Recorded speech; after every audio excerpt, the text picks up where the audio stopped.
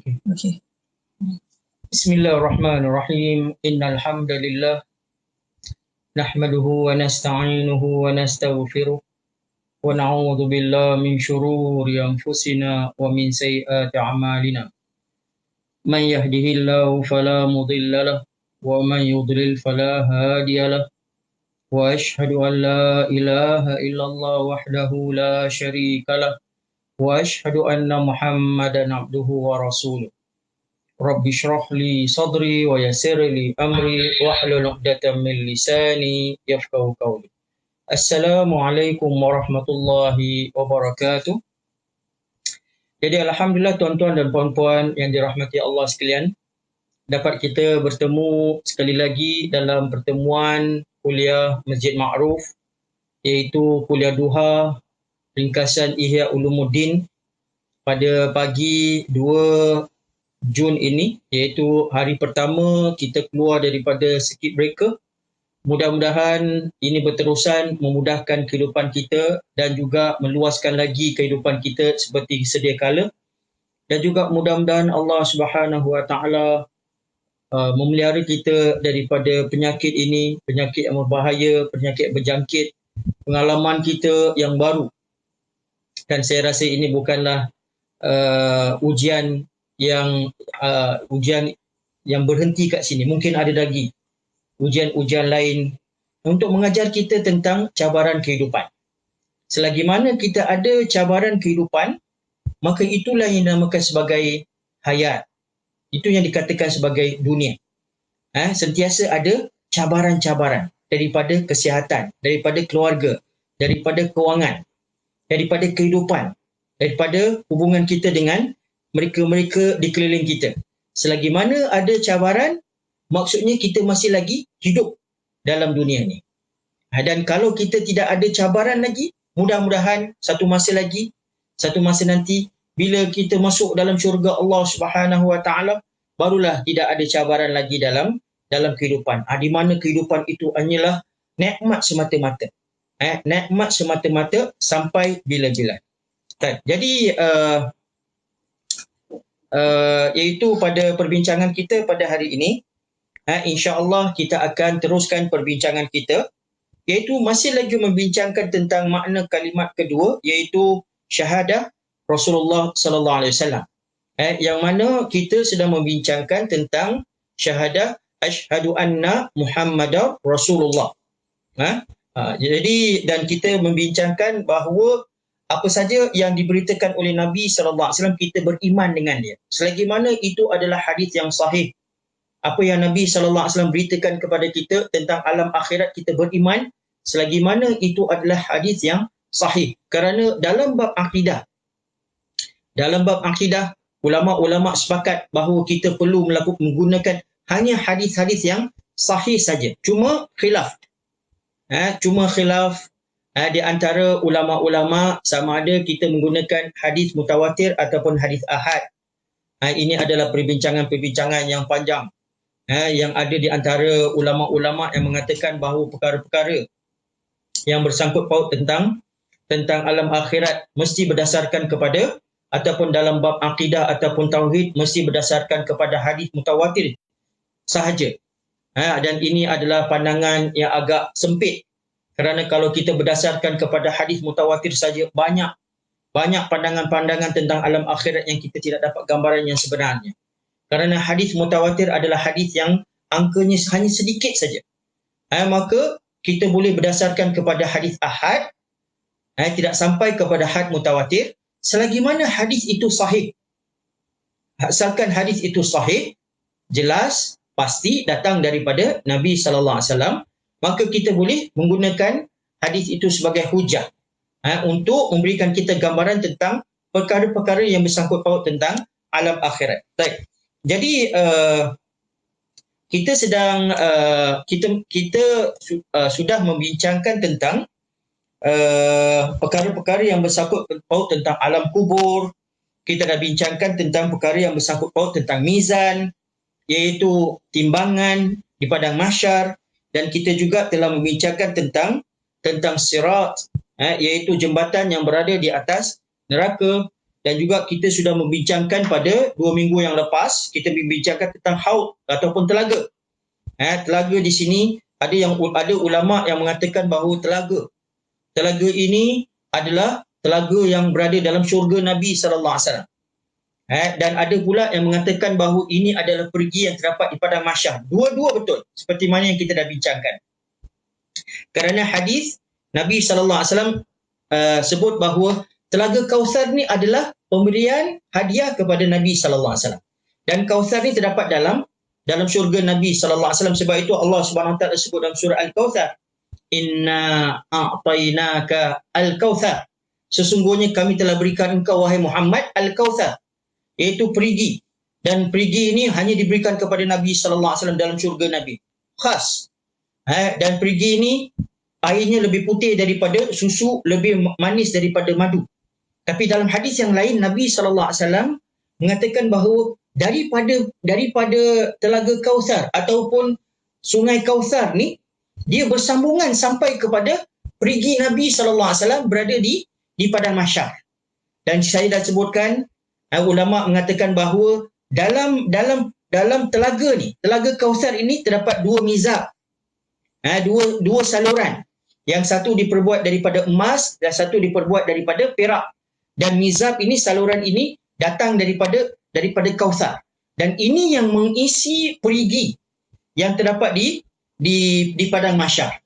Dan perigi ini juga airnya lebih putih daripada susu, lebih manis daripada madu kerana datang daripada Kausar. Bagaimana dia dapat berhubung daripada syurga Nabi sallallahu alaihi wasallam kepada Padang Mahsyar? Itu tak perlu kita nak tanya. Asalkan telah diberitakan oleh Nabi sallallahu alaihi wasallam dalam hadis yang sahih, kita beriman dengannya. Jadi di sini dua-dua pandangan yang mengatakan bahawa Kausar adalah perigi Nabi sallallahu alaihi wasallam dan juga Kausar adalah perigi yang terdapat di Padang Mahsyar. Dua-dua pandangan sebenarnya adalah betul. Dan siapa yang dapat minum daripada perigi ini, maka dia tidak akan haus selama-lamanya. Okey. Jadi kita beralih pula kepada satu bab lagi yang dibincangkan oleh Imam Al-Ghazali rahimahullah, dan bagi sesiapa yang ingin mengikuti perbincangan ini, kalau tidak ada mempunyai buku, saya sudah masukkan muka surat ini dalam komen page. Jadi kalau sesiapa yang nak rujuk kepada perbincangan hari ini, boleh rujuk kepada komen tadi, komen itu, dan kepada penulisan tadi, iaitu selepas menceritakan tentang haud ataupun telaga ataupun perigi. Mudah-mudahan Allah Subhanahu wa taala kurniakan kita, jadikan kita di kalangan mereka yang diberikan peluang untuk minum daripada perigi tersebut di Padang Mahsyar.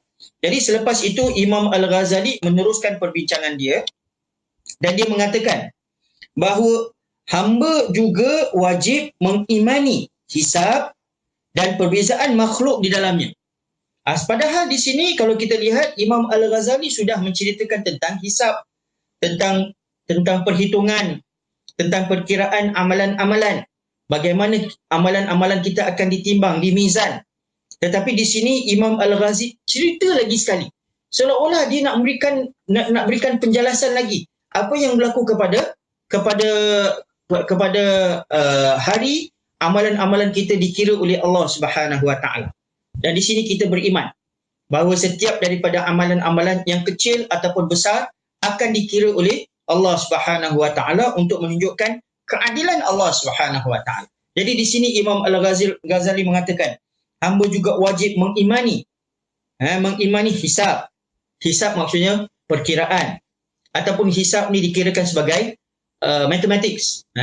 Kita dulu kalau masih kecil kita ada ilmu hisab. Hisab ni dengan kita tulis dengan B lah, hisab. Kalau dengan P lain cerita pula. Jadi ditulis dengan hisab. Jadi mengimani hisab dan perbezaan makhluk di dalamnya. Iaitu di sini sebagai ahli sunnah wal jamaah, kita beriman bahawa di Padang Mahsyar amalan-amalan kita berbeza-beza. Iman kita berbeza-beza. Ini bercanggah dengan dan puak kumpulan yang dikenali sebagai kumpulan Murji'ah. Kumpulan Murji'ah, mereka beriman bahawa iman orang-orang Islam semua sama. Selagi mana kita kata la ilaha illallah Muhammadur Rasulullah, maka iman awak, iman saya sama. Kerana kita telah mengucapkan syahadah yang sama. Itu pandangan Murji'ah. Tetapi pandangan Ahlu Sunnah wal Jamaah, kita mengatakan bahawa ya betul, kita semua mengucapkan kalimat yang sama, tetapi iman kita berbeza-beza. Kerana iman itu boleh meningkat dan iman itu boleh menurun. Dan bagi iman mereka yang tinggi, amalan-amalan mereka adalah lebih banyak. Dan bagi mereka yang punya iman yang rendah, maka amalan-amalan mereka sedikit. Dan juga iman ini bukan saja daripada sebutan. Iman ini adalah daripada al-qaul wal amal. Qaul wal amal. Ini pandangan Ahlu Sunnah wal Jamaah. Iaitu iman ni mesti berdasarkan kepada kata-kata dan amalan-amalan. Sebab itu dalam ayat Al-Quran banyak Allah Subhanahu wa taala sebut iaitu man kana yu'minu billahi wal yaumil akhir, siapa beriman kepada Allah dan hari kemudian, falyaqul khairan aw liyasmut, maka berkatalah baik ataupun diam. Jadi di sini iman datang dengan perbuatan, iaitu iman kepada Allah dan hari kemudian, maka kita berkata yang baik ataupun diam. Jadi ini adalah prinsip Ahlus Sunnah wal Jamaah. Jadi di sini iman kita berbeza-beza. Dan juga di padang mahsyar, maka kedudukan kita juga akan berbeza-beza. Ada yang diberikan kedudukan yang lebih mulia. Malah di padang mahsyar ada 7 kumpulan. Ada 7 kumpulan yang diselamatkan oleh Allah Subhanahu wa taala, iaitu dengan naungannya. Hari yang mana tidak ada naungan lain. Tidak ada lagi perlindungan. Di padang mahsyar ni ulama mengatakan bahawa buminya putih. Buminya putih. Dan setiap orang yang berada di padang mahsyar, mereka ni hufatan uratan ghurla, iaitu mereka ni tidak berkasut. Menunjukkan bahawa di padang mahsyar harta-harta kita tidak akan memberikan faedah kepada kita. Semuanya tidak membawa apa-apa. Hufatan uratan, iaitu tidak berkasut, kemudian tidak berpakaian. Ghurla, iaitu mereka dalam keadaan tidak bersunat. Di sini keadaan semua tidak berpakaian. Aisyah radhiyallahu anha tanya, apabila dengar daripada kata-kata Nabi SAW, dia rasa segan. Dia kata, ya Rasulullah, bagaimana kaum lelaki dengan kaum perempuan semuanya berkumpul? Tak ke mereka merasa malu? Maka Nabi SAW sebut, wahai Aisyah, keadaannya lebih hebat daripada itu. Keadaan pada hari itu, maka manusia ni dah dalam keadaan ketakutan, dalam keadaan kegerungan. Kerana apa? Depan mereka dah nampak neraka. Allah Subhanahu wa taala depankan, nampak syurga dan nampak neraka. Dan Nabi SAW sebut bahawa neraka ni dipegang oleh ataupun diikat dengan 70,000 tali. 70,000 tali yang ikat neraka. Dan setiap daripada tali itu dipegang oleh 70,000 malaikat. Bayangkan berapa banyak malaikat. Malaikat bukan macam kita. Kalaupun kita pun 70,000 orang, 70,000 tali. Bayangkan berapa besar benda yang diikat tadi. Tetapi malaikat ni badan dia dah lah penuh. Satu langit. Satu malaikat, satu langit. Dan kemudian ada 70,000 malaikat. Tarik satu tali saja. Ada 70,000 lagi. Maksudnya apa? Ada 49 bilion. 49 bilion malaikat yang menarik, memegang neraka. Jadi di sini manusia apabila mereka lihat keadaan tersebut, mereka akan merasa gerun, mereka akan rasa takut. Tak sempat lagi. Mereka tak sempat lagi untuk nak pandang kanan, pandang kiri. Malulah. Tak ada perasaan tadi. Kerana apa? Semua sedang memikirkan tentang diri mereka sendiri. Sama ada mereka ni selamat ataupun akan diazab oleh Allah Subhanahu wa taala. Jadi di sini Imam Ghazali dia mengatakan bahawa hamba juga wajib mengimani hisab dan perbezaan makhluk di dalamnya. Perbezaan amalan masing-masing. Jadi di sini di padang mahsyar semua umat-umat akan dikumpulkan oleh Allah Subhanahu wa taala. Ada di antara umat nabi-nabi yang mempunyai pengikut yang ramai. Nabi Musa alaihissalam, pengikut dia beratus-ratus ribu. Pengikut daripada Nabi Nuh ramai. Pengikut daripada Nabi Isa AS ramai. Dan paling ramai sekali adalah Sawadul A'zam, iaitu yang paling ramai sekali adalah umat Nabi SAW. Dan ada juga Nabi yang pengikutnya hanya 2 orang, ada yang 1 orang, dan ada yang tidak ada pengikut langsung. Jadi di sini, di padang mahsyar, Allah Subhanahu Wa Taala memberikan iaitu kemuliaan pertama sekali kepada para nabi.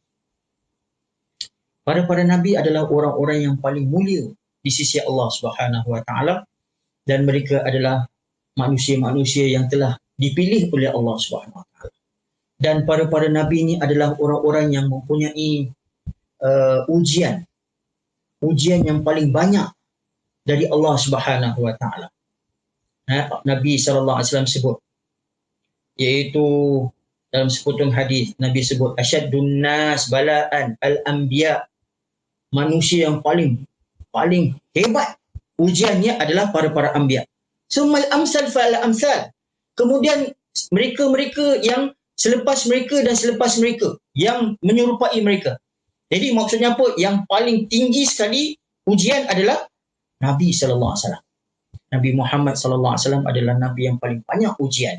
Kalau kita kaji kisah Nabi sallallahu alaihi wasallam, bermacam-macam ujian. Bapa dia meninggal, kita belum lahir lagi, mak dia meninggal, baru umur 6 tahun. Kemudian datuk dia meninggal, umur 10 tahun. Kemudian anak-anak dia dalam kehidupan Nabi sallallahu alaihi wasallam, anaknya yang Zainab, Ummu Kalsum, Ruqayyah meninggal dalam kehidupan Nabi sallallahu alaihi wasallam. Kemudian anak lelaki dia yang 2 orang pun meninggal. Cumanya tinggal 1 anak saja yang meninggal selepas Rasulullah sallallahu alaihi wasallam. Dan kemudian ancaman daripada pihak Quraisy, bermacam-macam cabaran. Jadi Nabi sallallahu alaihi wasallam adalah orang yang paling mulia di sisi Allah Subhanahu Wa Taala dan mempunyai cabaran yang paling banyak. Dan kemudian nabi-nabi yang lain. Dan kemudian manusia pula. Dan di antara manusia yang paling mulia adalah umat Nabi sallallahu alaihi wasallam. Kita ni. Jadi di sini Allah Subhanahu Wa Taala berikan kemuliaan kepada umat Rasulullah sallallahu alaihi wasallam kerana kedudukan Nabi sallallahu alaihi wasallam, dan amalan-amalan kita memang yang paling banyak. Walaupun usia kita ni pendek. Usia kita hanya dalam 60-70 tahun. Umat-umat dahulu, umat Nabi Nuh alaihissalam, umur mereka beribu. Nabi Nuh alaihissalam saja hidup lebih daripada 1000 tahun. Kerana Allah Subhanahu Wa Taala sebut dalam Al-Quran, Nabi Nuh alaihissalam berdakwah 950 tahun, dakwah saja. Kalaulah dia berdakwah 950 tahun, umur dia berapa? Kalau kita tanya seorang yang dah pencen, kita kata, Haji, dulu kerja berapa tahun? Oh, saya kerja 50 tahun. Saya kerja 50 tahun. Umur Haji berapa? 70 tahun. Macam tu. 70 tahun. Kerja 50 tahun macam tu. Ataupun umur dia 80 tahun, dah kerja 50 tahun macam tu. Jadi Nabi Nuh AS, dia berdakwah saja 950 tahun, umur dia mungkin 1500 tahun, 1600 tahun. Kita tak tahu. Tak diberitahu oleh Nabi SAW, tetapi itu adalah perangkaan. Perangkaan. Dan kemudian umatnya juga hidup lama. Tetapi kita umur dekat 60-70 tahun. Itu angka yang kita hidup. Tetapi kita ni yang paling mulia. Tak tertanya ke macam mana kita boleh jadi mulia? Amalan kita pendek. Amalan mereka lebih banyak daripada kita. Kerana kelebihan yang Allah berikan kepada umat ini. Amalan yang kita lakukan diganda-gandakan. Semua amalan-amalan kita digandakan sekurang-kurangnya 10 kali ganda. Kemudian ada pula digandakan 27 kali ganda. Ada yang digandakan sebanyak 1000 kali ganda. Ada yang digandakan sebanyak 30,000 kali ganda. Ada yang digandakan sebanyak 100,000 kali ganda. Ada yang digandakan tanpa had. Tidak ada limit. Yang mana digandakan dengan angka yang kita kata sebagai infinity. Infinity maksudnya apa? Gandaan itu tidak ada penghabisan. Ini amalan apa ni? Kita kata ini macam amalan gila ni. Banyak sangat. Ini yang amalan-amalan yang dikatakan sebagai amalan-amalan yang bersangkutan dengan sabar. Sebab itu sesiapa yang bersabar, dia mendapat ganjaran yang cukup luar biasa. Sabar ni memang pahit, cukup sukar, cukup berat dalam kehidupan kita. Hati kita panas.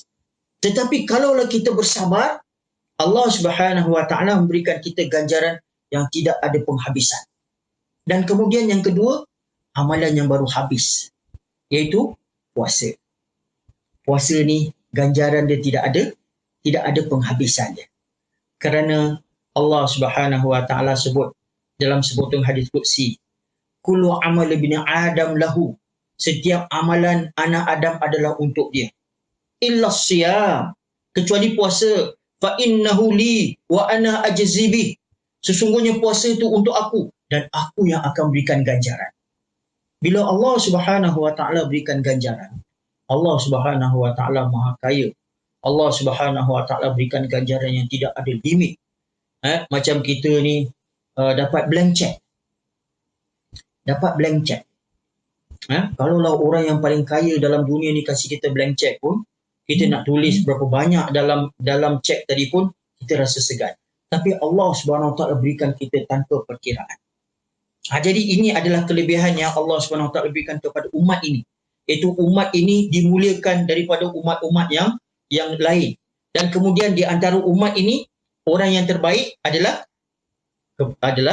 Abu Bakar radhiyallahu anhu, Umar, Uthman, Ali, kemudian 10 orang yang dijanjikan syurga, kemudian ahli Badar, kemudian mereka yang bersama Nabi dalam peperangan Uhud. Begitu seterusnya. Jadi ini adalah kemuliaan yang Allah Subhanahu Wa Taala berikan mengikut amalan masing-masing. Jadi di sini Imam Al-Ghazali mengatakan bahawa hamba juga wajib mengimani hisab dan perbezaan makhluk di dalamnya, iaitu di padang mahsyar. Di antara mereka ada yang dikira dalam hisab. Di antara mereka ada yang dimaafkan di dalamnya. Dan di antara mereka ada yang masuk syurga tanpa hisab. Jadi di antara mereka ada yang banyak yang dikira. Di sini ikut kepada rahmat Allah Subhanahu Wa Taala. Ada yang dikira, maksudnya apa? Kalaulah amalan-amalan kita amalan-amalan yang biasa, maka kita punya amalan akan ditimbang. Amalan baik pada bahagian kanan, amalan tidak baik bahagian kiri. Tengok. Tetapi secara logik ni kalau kita lihat, Allah Subhanahu Wa Taala ni tidak adil. Allah Subhanahu Wa Taala tidak adil. Kerana apa? Kalaulah kita melakukan dosa Allah tak gandakan. Kemudian dosa dah lah tak digandakan. Dosa tu boleh pula diampunkan. Apabila dosa ni kita punya dosa ni boleh dibersihkan oleh Allah Subhanahu Wa Taala. Macam mana? Pertama sekali, kita punya dosa boleh diampunkan melalui taubat. Apabila kita bertaubat. Taubat ni biasanya berlaku bila kita ni rasa kita mohon kepada Allah Subhanahu Wa Taala supaya dosa-dosa kita yang lepas diampunkan oleh Allah Subhanahu Wa Taala. Taubat ni ulama mengatakan mempunyai 4 syarat. 4 syarat taubat. Dinamakan sebagai taubatan nasuhah. Taubat nasuhah. Itu pertama sekali kita mesti menyesal. Kita menyesal. Dan taubat ni tak perlu jumpa ustaz-ustaz lah. Tak perlulah cari mana-mana imam. Kata imam, saya nak bertaubat. Tak payah. Kalaulah agama lain ada, mereka kena jumpa padri-padri mereka dan ceritakan dosa-dosa mereka kepada padri. Dan padri itu yang akan mengampunkan dosa-dosa mereka.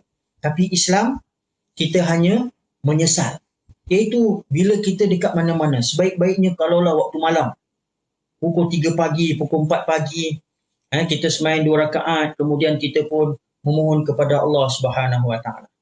Kita pun kata, ya Allah, aku menyesal dengan amalan-amalan aku yang lepas. Dan apa saja amalan yang kita lakukan, Allah Subhanahu Wa Taala boleh menghapuskan. Berapa banyak besar pun dosa-dosa yang telah kita lakukan, Allah boleh ampunkan. Sehingga kan Nabi SAW pernah ceritakan tentang seorang yang telah membunuh 100 nyawa. 100 nyawa. Agaknya siapalah yang dah bunuh 100 nyawa dalam kehidupan kita. Baru-baru ni saya tengok ada seorang dia kat Amerika. Dia ni telah bunuh 90 orang. Ini dikatakan orang yang paling prolific. Paling jahat. Orang yang paling jahat dekat Amerika bunuh 90 orang. Yang ini dah bunuh 100. Mula-mula dia dah bunuh 99 nyawa. Dia cakap dalam hadis. Nabi ceritakan dalam sepotong hadis. Orang dah bunuh 99 nyawa, kemudian dia nak bertaubat. Maka dia pun cari orang yang paling berilmu. Kemudian orang tunjukkan kepada seorang abid. Seorang ahli ibadat. Orang ahli ibadat. Tak ada banyak ilmu, tapi kuat ibadat. Maka tanya kepada ahli ibadat ini. Maka dia tanya, aku dah bunuh 99 nyawa. Boleh tak aku bertaubat? Ahli ibadat kata tak boleh. Tetapi di sini sebenarnya, kalau kita faham hadis ini, saya rasa hadis ni mempunyai makna yang lebih dalam lagi. Iaitu apabila orang ini ditanya, si abid ni dia bukan saja engkau tak boleh bertaubat, tetapi dia menghina dan dicerca dan dia kutuk orang tadi. Kerana orang tadi, bila dah dia tanya, dia tak dapat jawapan dia, tiba-tiba dia nak bunuh pula abid tadi. Apa sebabnya? Kerana biasanya orang tak akan bunuh tanpa sebab. Dan orang ni pula adalah pembunuh besar. Mesti dia telah disakiti, dia telah dicerca, dikutuk. Sebab itu apabila dikutuk oleh abid tadi, maka dia pun bunuh abid tadi. Sampailah kepada angka 100. Kemudian dia masih lagi cari orang yang paling berilmu. Kemudian ditunjukkan kepada seorang alim. Kepada seorang yang mempunyai ilmu. Dan apabila ditanya kepada alim tadi, orang itu pun menjawab, kalau kau nak bertaubat, rahmat Allah Subhanahu Wa Taala luas. Kau boleh bertaubat. Tetapi bukan ini tempatnya. Dia kata kalau kau nak bertaubat, kau pergi tempat yang jauh daripada kawasan ini. Kerana ini adalah kawasan masyarakat yang buruk, masyarakat yang tidak bagus, masyarakat yang jahat. Kalau kau nak berubah, pergi tempat yang lebih baik. Pergi kepada masyarakat yang lebih baik. Ubah kawasan kau. Ubah iaitu sekeliling kau. Ubah persahabatan orang-orang yang ada di keliling kau. Maka orang ini pun, dia pun pergi ke tempat itu, tetapi dalam perjalanan, orang ini mati. Dia pun meninggal dunia. Maka di sini ulama Nabi SAW ceritakan bahawa Allah Subhanahu Wa Taala iaitu malaikat azab dan malaikat rahmat bergaduh. Ada yang malaikat azab nak ambil nyawa dia, nak diazab oleh Allah Subhanahu Wa Taala. Malaikat rahmat pula nak ambil roh dia dan untuk menunjukkan rahmat Allah Subhanahu Wa Taala. Akhirnya dikira. Dikira jauhnya daripada tempat yang dia nak pergi. Kemudian Nabi sallallahu alaihi wasallam sebut Allah Subhanahu Wa Taala dekatkan pula tempat yang orang yang nak pergi tadi. Maksudnya apa? Allah Subhanahu Wa Taala lagi dekatkan supaya dia lebih dekat kepada tempat yang dia nak tuju, maka rohnya diambil oleh malaikat rahmat. Ini menunjukkan bahawa apa saja dosa yang telah kita lakukan, maka boleh diampunkan oleh Allah Subhanahu Wa Taala. Pertama sekali kita mesti menyesal. Yang kedua kita berjanji kita akan hentikan perbuatan tadi. Apa saja dosa-dosa yang kita lakukan, hentikan. Dan ketiga, kita berjanji tidak akan ulang lagi. Dan Imam Nawawi dalam kitab Riyadhus Salihin, dia mengatakan kalaulah kita ada hak-hak, di sini hak, hak yang ada bersangkut paut dengan manusia, maka kita kena pulangkan hak tadi. Iaitu kalaulah kita ada ambil wang, wang kepunyaan seseorang, kita mencuri ataupun harta-harta yang kita telah ambil tanpa izin, maka kita kena pulangkan. Ini 4 syarat yang kalau kita lakukan, maka Allah Subhanahu Wa Taala akan ampunkan dosa kita melalui taubat. Tetapi itu bukan satu cara. Dosa-dosa kita juga boleh diampunkan oleh Allah Subhanahu Wa Taala dengan cara istighfar. Banyak kita istighfar. Apabila kita kita duduk dan kita kata astaghfirullahalazim, astaghfirullahalazim. Kalaulah kita beristighfar selepas solat saja, setiap kali lepas solat kita dianjurkan supaya istighfar 3 kali. Nabi SAW habis saja solat, perkataan pertama yang disebut oleh Nabi adalah astaghfirullahalazim, astaghfirullahalazim, astaghfirullahalazim. Jadi maksudnya apa? Kalaulah kita lakukan sekurang-kurangnya dalam satu hari 15 kali kita dah beristighfar. 15 kali. Dan kemudian kalau kita perasan lagi, sebenarnya kita istighfar dalam satu hari ni banyak kali, cuma kita tak perasan. Apabila kita duduk antara dua sujud. Apabila kita duduk antara dua sujud dan kita baca Rabbighfirli, Rabbighfirli, Rabbighfirli. Ni kalaulah ada di antara mazhab yang mengatakan baca Rabbighfirli, Rabbighfirli, Rabbighfirli 3 kali. Jadi kalaulah duduk antara dua sujud ni, kita ada duduk kurang-kurangnya 17 kali dalam sehari. 17 kali dalam sehari, maka kita dah baca 3 kali 17, lebih kurang dah dekat 51 kali. 50 kalau betul lah saya punya perkiraan ni. 51 tambah dengan 15 yang tadi kita baca, dah 66 kali. Cukup aja dah, cukup dah sebenarnya.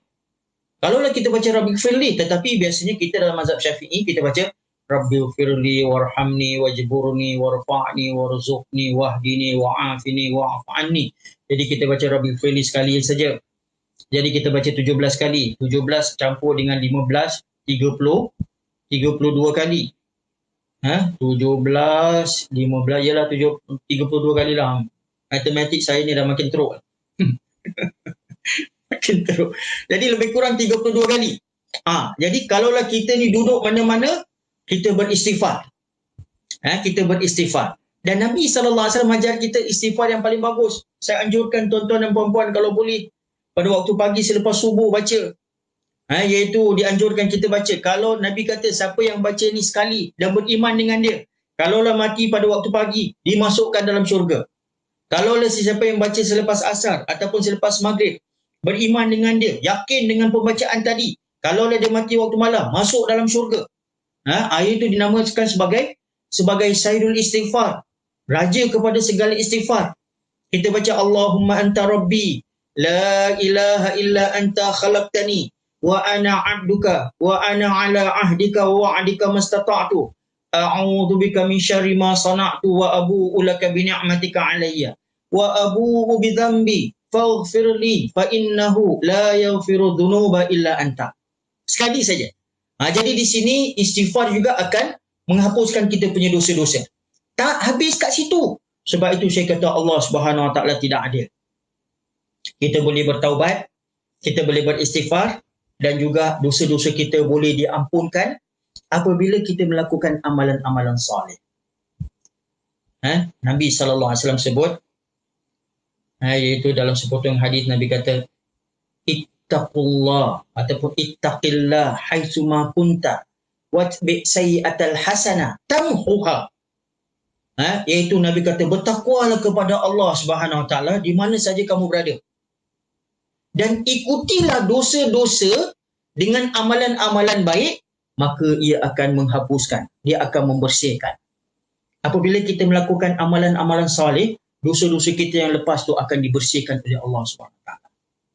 Okey. Jadi saya teruskan apa yang saya sebut tadi, iaitu dosa-dosa kita Allah Subhanahu Wa Taala boleh ampunkan melalui taubat, kemudian melalui istighfar dan juga daripada amalan-amalan yang baik. Iaitu apabila kita melakukan puasa, Allah Subhanahu Wa Taala hapuskan dosa-dosa kita yang lepas. Apabila kita melakukan solat, maka Allah Subhanahu Wa Taala hapuskan dosa-dosa kita yang lepas. Apabila kita melakukan wuduk, maka Allah Subhanahu Wa Taala hapuskan dosa-dosa yang lepas. Apabila kita melakukan haji, Allah Subhanahu Wa Taala hapuskan dosa-dosa yang lepas. Apabila kita melakukan umrah, maka Allah Subhanahu Wa Taala hapuskan dosa-dosa kita yang lepas. Jadi di sini cara-cara yang mana dosa-dosa kita boleh diampunkan oleh Allah Subhanahu Wa Taala. Cumanya ulama mengatakan ulama mempunyai perbezaan pandangan tentang amalan-amalan itu membersihkan kita daripada dosa-dosa kecil ataupun dosa-dosa besar. Secara majoriti, ulama mengatakan bahawa dosa-dosa besar hanya boleh diampunkan melalui taubat. Dosa-dosa kecil daripada istighfar dan daripada amalan-amalan yang saleh. Tapi saya rasa saya lebih cenderung kepada pandangan ulama yang mengatakan amalan-amalan saleh pun boleh membersihkan dosa-dosa yang besar. Jadi kalau kita lihat hadis yang mana Nabi sebut tentang wanita yang memberikan minuman kepada anjing, maka Allah Subhanahu Wa Taala hapuskan dosa-dosa yang lepas. Bayangkan, hanya berikan minuman kepada anjing saja Allah bersihkan dosa-dosanya yang lepas. Apalagi kalaulah kita melakukan amalan-amalan seperti puasa, seperti haji. Dan maka Nabi pun sebut, iaitu haji, sesiapa yang melakukan haji dengan sempurna, maka dia keluar daripada rahim ibunya seperti anak yang baru dilahirkan. Maksudnya bersih. Dan juga sesiapa yang puasa, maka Allah SWT hapuskan dosa-dosa yang lepas, bersih. Jadi di sini begitu juga dengan solat. Dengan solat Allah SWT bersihkan dosa-dosa kita yang lepas. Jadi di sini dosa-dosa boleh diampunkan, boleh dibersihkan. Malah dan kemudian kita punya amalan-amalan pula diganda-gandakan. Amalan-amalan kita digandakan. Sebab itu walaupun kita punya umur pendek, kita hanya hidup selama 60 tahun, 70 tahun. Tetapi amalan kita, kalaulah kita dapat Lailatul Qadar, bayangkan. Lailatul Qadar, maka ia lebih baik daripada 1000 bulan. Lebih baik daripada 80 tahun. Kalaulah kita ni selama 10 tahun, kita beribadat 10 hari sentiasa kita melakukan tarawih, witir dekat masjid. Kita teruskan amalan-amalan kita selama 10 tahun. Digandakan dengan 80 tahun. Seolah-olah hidup kita 800 tahun. 800 tahun. Amalan kita panjang. Dan begitu juga kalaulah sesiapa yang melakukan solat di Masjidil Haram. Dekat Masjidil Haram, Nabi SAW sebut, sesiapa yang melakukan solat, satu solat saja, maka solatnya lebih baik daripada 100,000 kali ganda. 100,000 kali ganda itu cuma solat biasa. Tetapi kalaulah kita lakukan secara berjemaah, solat fardu, maka kita punya 100,000 kali ganda digandakan lagi 27 kali ganda. Maksudnya kita punya pahala untuk satu solat saja 2.7 juta kali ganda.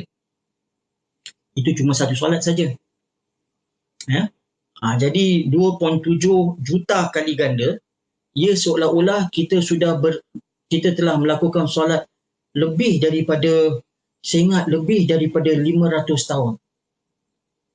500 tahun. Jadi kita boleh bayangkan, kalaulah 500 tahun untuk satu solat saja dan kita dapat 5 waktu, satu hari dapat 5 waktu, kita kali lagi 5, kemudian kita dapat duduk 10 tahun, 10 hari, kali 10 lagi, memanglah. Memang kita punya amalan seolah-olah kita sudah beribadat beribu-ribu tahun. Sebab itu di sini Imam Ghazali mengatakan bahawa amalan-amalan perbezaan makhluk di padang mahsyar. Kita ni umur kita pendek-pendek tetapi amalan-amalan kita ni panjang-panjang, beribu-ribu tahun. Jadi di sini Imam Ghazali ingin menunjukkan bahawa perbezaan manusia di padang mahsyar, kemuliaan yang Allah SWT berikan kepada para Nabi, kepada umat Nabi SAW. Malah lagi satu perkara yang diberikan kepada umat Nabi adalah mereka ni dibangkitkan ghuran muhajjalin. Ghuran muhajjalin min atharil wudu, iaitu mereka punya muka bercahaya-cahaya. Muka bercahaya-cahaya ni bukan saja di padang mahsyar. Di dalam dunia kita akan lihat bagi mereka yang kuat beribadat, orang yang kuat solat, muka mereka bercahaya-cahaya. Terutama sekali bagi mereka yang solat malam. Kalau kita lihat kaum-kaum ibu, memang saya kalau tengok makcik-makcik, saya tengok mereka yang datang ke masjid ni, saya tengok muka ni, memang muka yang berseri-seri. Tak payah pakai make-up. Yang datang ke masjid ni, muka dia bercahaya-cahaya. Itu daripada kesan wuduk. Tapi kalaulah siapa yang tak solat, pakai make-up, kita tahu ini memang muka tak. Mungkin saya cakap ni tak adil lah. Ustaz cakap ni macam tak adil lah. Tapi ini saya punya apa yang pengalaman yang saya lihat. Kalau orang yang banyak pakai makeup, lepas itu kita tengok memang berbeza. Berbeza sangat dengan orang yang datang ke masjid dan mukanya saya tengok ada kesan wuduk. Muka bercahaya-cahaya. Ini dalam dunia. Dalam dunia. Di alam akhirat, Nabi SAW akan kenal umat dia daripada kesan wuduk ni. Iaitu muka mereka bercahaya, tangan mereka bercahaya, kaki mereka bercahaya daripada kesan wuduk. Dan Nabi SAW sebut, di sini Nabi sebut, bagi mereka yang mampu untuk panjangkan wuduk mereka, panjangkan. Kalaulah kita ambil wuduk, kita punya tangan, jangan cuci sampai kita punya kita punya siku, sampai bahu. Sampai bahu kita cuci. Kalaulah kita punya kaki, jangan cuci sampai kita punya sampai buku lali. Cuci sampai kita punya lutut. Jadi di padang mahsyar, kita punya cahaya tu lebih panjang. Orang lihat pun, wow. Haji ni kita tengok, wow, haji ni panjang sikit lah daripada kita. Pasal apa? Dia istiqamah dalam dunia, dia cuci dia punya wuduk tu lebih daripada yang diperlukan. Ini kelebihan yang Nabi SAW Allah berikan kepada umat Nabi SAW. Okey. Jadi kemudian di antara mereka ada yang dimaafkan di dalamnya. Di sini ada mereka tak ada hisap. Allah Subhanahu Wa Taala ampunkan dosa-dosa mereka. Bagi mereka siapa ni? Ini adalah orang-orang yang mana keaiban orang-orang lain dia sembunyikan. Nabi sebut, man satara musliman satarallahu yaumal qiyamah. Sesiapa yang sembunyikan aib orang-orang beriman di dalam dunia, Allah tutup aib dia di hari kiamat. Maksudnya apa? Allah akan ampunkan dosa-dosanya di alam akhirat. Ini orang-orang yang Allah SWT cukup-cukup suka, cukup-cukup reda. Jadi maksudnya di sini, kalaulah seseorang tu ada kelemahan, kelemahan peribadi, kita tengok orang tu tak puasa, kita pun jangan cerita kepada orang lain. Kita pun diam-diam. Kita tengok orang tu tak solat, jangan pula kita ceritakan. Janganlah membawang. Orang yang membawang ni memang kena masak hidup-hidup kat dalam akhirat. Kena goreng. Jadi jangan kita suka membawang. Bawang ni memang kena goreng. Jadi bagi mereka yang nampak ni, ini masalah peribadi. Tengok orang itu punya kelemahan, diam. Kalau kita lihat orang tu minum arak, diam. Itu adalah antara dia dengan Allah SWT. Tetapi kalau dia melakukan jenayah, jangan pula kita ingat, ini sembunyikan juga. Kalau orang tu melakukan jenayah, kita kena report lah. Kalau kita tengok orang tu curi barang, jiran kita punya barang dia curi, ini jangan kita sembunyikan, kena report polis. Kalau kita tengok orang tu makan rasuah, ini kena report polis. Ini jenayah. Tetapi kalaulah amalan peribadi, kita sembunyikan. Mudah-mudahan Allah Subhanahu Wa Taala juga akan sembunyikan kita punya dosa. Okey, dan kemudian kumpulan yang ketiga, ada di antara mereka yang dimasukkan syurga tanpa hisap. Ini bukan kerana dimaafkan. Ini Allah Subhanahu Wa Taala masukkan mereka tanpa hisap. Siapa mereka ni? Ini adalah orang-orang yang bertawakal. Dia ada sifat tawakal yang cukup-cukup luar biasa. Sebab itu dalam masyarakat kita ni, kita nak kena belajar tentang ilmu tawakal. Tawakal ni, kita ni bergantung hanya kepada Allah. Ini yang diajarkan oleh setiap daripada Nabi. Dan di antara Nabi yang semua Nabi mempunyai sifat tawakal yang sangat-sangat tinggi. Apabila mereka menghadapi bahaya, maka mereka hanya bergantung kepada Allah. Mereka hanya bermohon kepada Allah untuk bantu. Seperti mana kisah Nabi Ibrahim AS. Apabila Nabi Ibrahim AS nak dicampak ke dalam api, Jibril AS datang kepada Nabi Ibrahim dan dia kata, wahai Ibrahim, minta bantuan daripada aku. Apakah bantuan yang aku boleh berikan kepada engkau, wahai Ibrahim? Nabi Ibrahim pun menjawab, wahai Jibril, aku tak perlukan bantuan kau. Aku hanya perlu kepada bantuan Allah. Dan Nabi Ibrahim kata, hasbiyallah wa ni'mal wakil. Hasbiyallah. Cukup bagi aku Allah. Dan dia adalah tempat perlindungan yang paling baik. Itu dia sifat tawakal. Kalaulah seseorang itu mempunyai sifat tawakal ini, maka Nabi SAW sebut, mereka akan masuk tanpa hisab. Hati-hati mereka ni macam burung. Macam burung, bersih. Burung ni dia ada tawakal penuh kepada Allah. Burung adalah di antara binatang yang tidak simpan makanan. Dia bukan macam semut. Bukan macam lebah, simpan makanan. Tapi burung ni, dia makan, dia balik sarang dia. Kemudian, dia pun tidur. Besok pagi, keluar lagi. Waktu pagi, dia keluar cari makanan dia.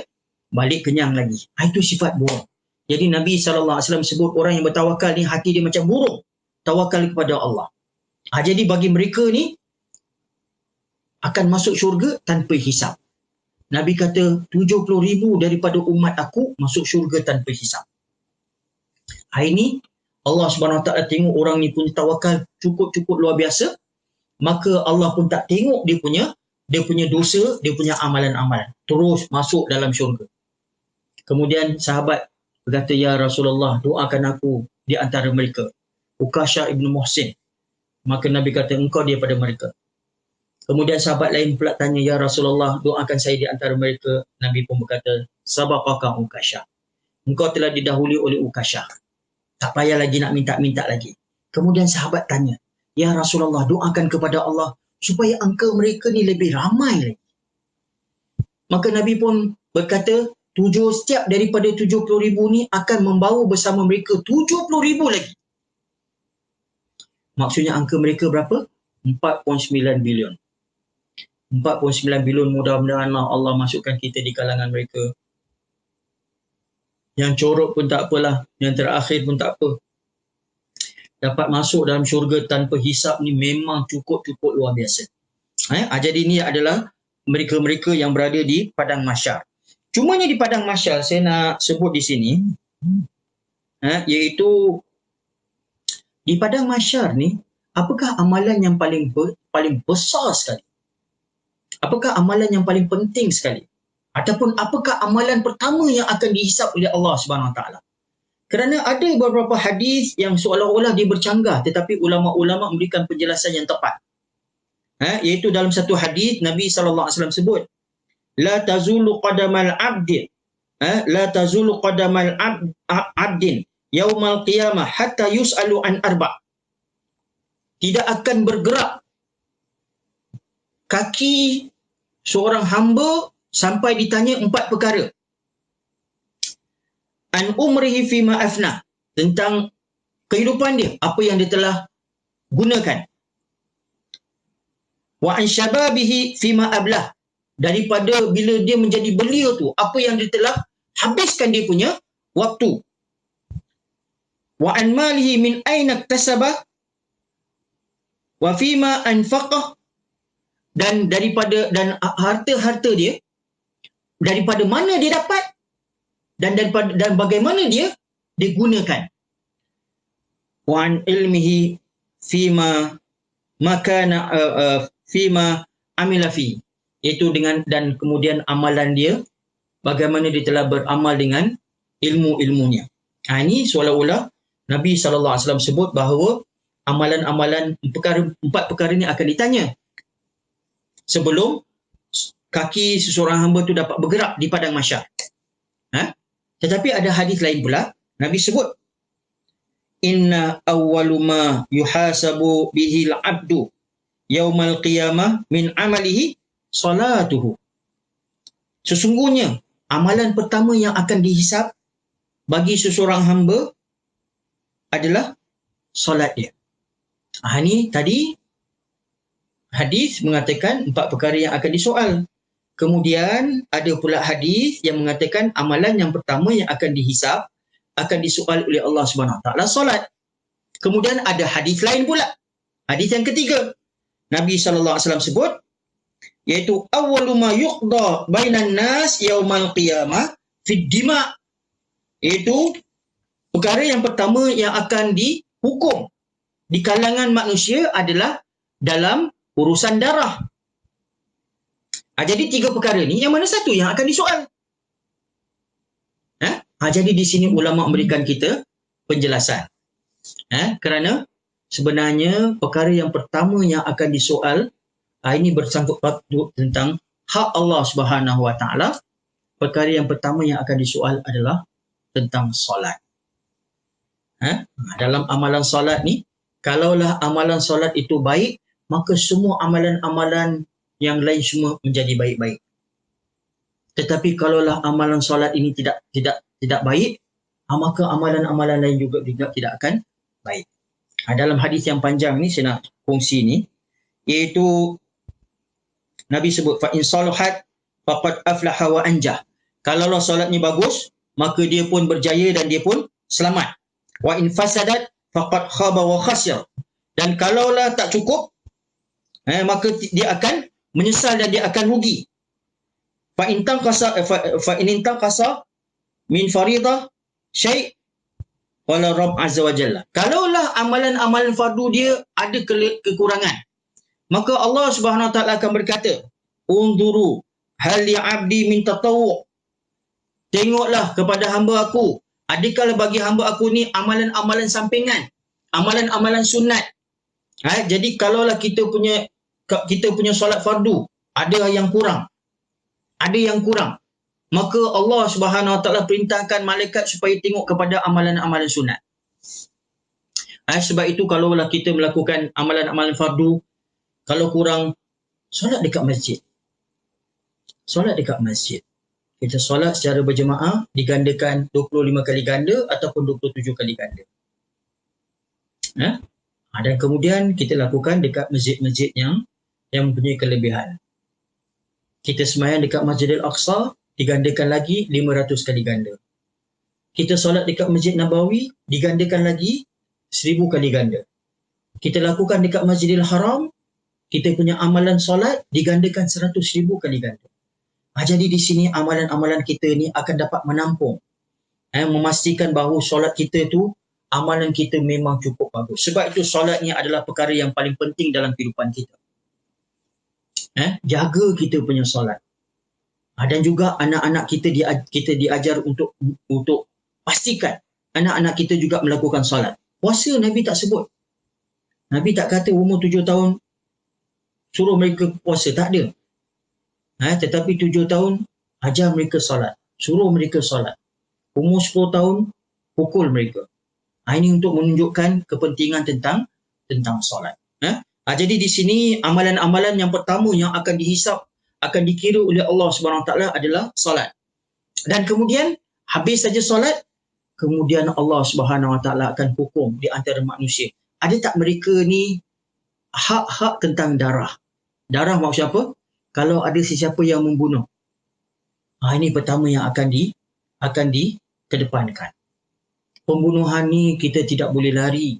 Dalam dunia ni orang bunuh, kemudian dia boleh terlepas. Di alam akhirat Allah akan genggam dia. Tak akan lepaskan dia. Sebab itu kalaulah sesiapa yang dah membunuh, dia mesti dapatkan pengampunan daripada kaum keluarga dia. Pengampunan daripada kaum keluarga dia, ataupun dia harus menemui hukum ke atas pembunuhan tadi. Dia kena berani kerana telah melakukan dosa yang sangat besar. Kalau tidak, di alam akhirat Allah Subhanahu Wa Taala akan hukum, dan hukuman yang pertama yang akan dilakukan adalah tentang darah. Jadi saya rasa ini masa pun dah cukup buat masa ni, dan insya-Allah kita akan teruskan perbincangan kita. Saya rasa ini perbincangan yang cukup menarik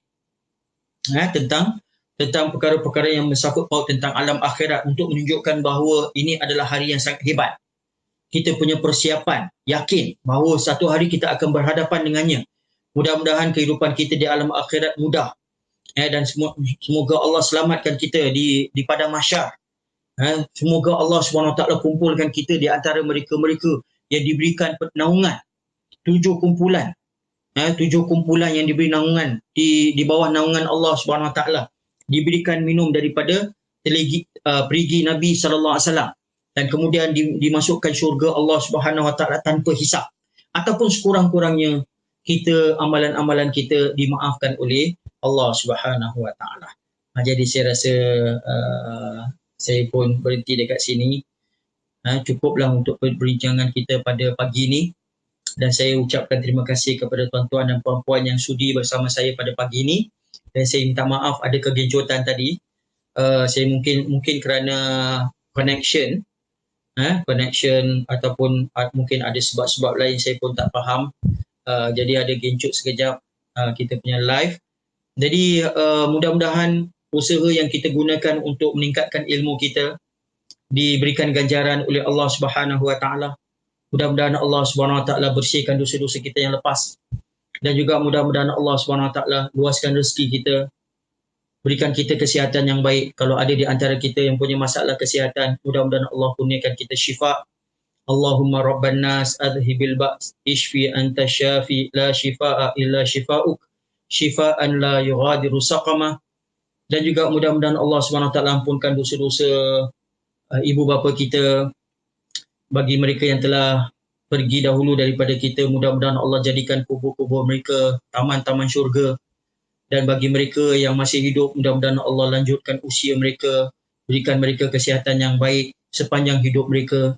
Dan juga mudah-mudahan Allah eratkan hubungan kita dengan mereka yang kita kasihi, dan kumpulkan kita semua di dalam syurganya, di dalam syurganya yang tertinggi, di kalangan mereka-mereka yang dirahmati dan diredai Allah Subhanahu Wa Taala, sehingga kita bertemu minggu depan insya-Allah. Saya akhiri dengan wabillahi taufiq wal hidayah. Wassalamualaikum warahmatullahi wabarakatuh.